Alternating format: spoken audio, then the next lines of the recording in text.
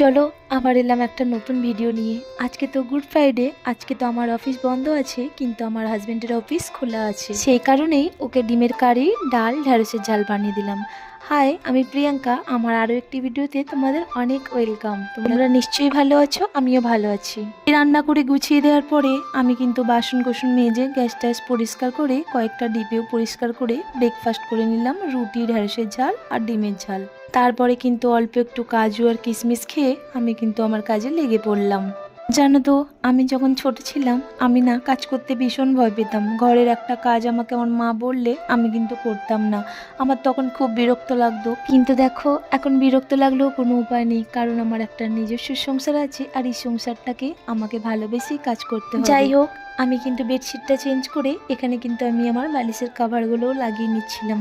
জানো তো, আমি কিন্তু এই বেডশিটটা নিয়েছিলাম মিশো থেকে প্রায় 2 বছর আগে। 2 বছর ব্যবহার হয়ে যাওয়ার পরেও আমার বেডশিটটার কালারটা কিন্তু একটুকু নষ্ট হয়নি, বলতে পারো যেমন কি তেমনই আছে। কালার তো ভালো আছেই, দুটো যে ছোট ছোট কুশন বালিশ দিয়েছে এগুলোও কিন্তু বেশ ভালো। ইচ্ছা আছে মিশো থেকে আবার কয়েকটা এরকম বেডশিট নেব। যাই হোক, ওদিকে তো বেডশিটটা চেঞ্জ করে পুরো ঘরটা আমি কিন্তু ঝাড় দিয়ে পুরো পরিষ্কার করে নিই। আসলে কি বলতো, আমাদের বাড়িটা রাস্তা থেকে খুব কাছেই, সেই কারণেই কিন্তু একটু বেশি নোংরা আর ধুলো হয়ে যায়। যাই হোক, পুরো ঘরটা ঝাড় দেওয়ার পরে আমি কিন্তু একটু সার্ফে দিয়ে ঘরটাও কিন্তু মুছে নিচ্ছি। আমার উপরে ঘরটা কিন্তু আমি সপ্তাহে 2 বার করেই মোছার চেষ্টা করি। আমি কিন্তু রোজ মুছতে চাইলেও আমার কিন্তু টাইম হয় না সকালে, আর সপ্তাহে 2 দিন করে মুছি বলেই ঘরটা কিন্তু অনেক বেশি নোংরা হয়ে যায়, সেই কারণে কিন্তু আমার খাটুনিটাও অনেক বেশি হয়। যাই হোক, অনেকে হয়তো ভাবতে পারো যে আমার ঘরের কাজটা আমি তোমাদের দেখিয়ে কি শেখাতে চাইছি। আসলে কি বলতো, যে যেটা শেখা সে কিন্তু সে দেখেই শিখে যাবে।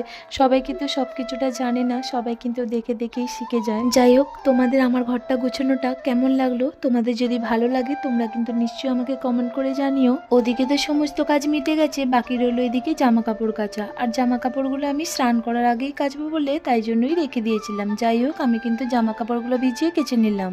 কাপড় কেচে স্নান করে বসে গেলাম লাঞ্চ করতে। লাঞ্চে আছে করলা সিদ্ধ, লাল শাক ভাজা, কলা ভাজা, ডিমের ঝাল, ঢেঁড়সের ঝাল, ডাল আর আছে আমের চাটনি। যাই হোক, তোমরা কে কোনখান থেকে আমার ভিডিওটি দেখছো তোমরা কিন্তু আমাকে নিশ্চয়ই কমেন্ট করে জানিও। আর আমার ভিডিওগুলি তোমাদের কেমন লাগছে সেটা কিন্তু জানাতে একদমই ভুলো না। আজকের দুপুরের লাঞ্চের মেনুটা কিন্তু খুব সুন্দর ছিল। যাই হোক, ভিডিওটি আমি এই পর্যন্তই শেষ করলাম। তোমরা সবাই ভালো থেকে সুস্থ থেকো, টাটা।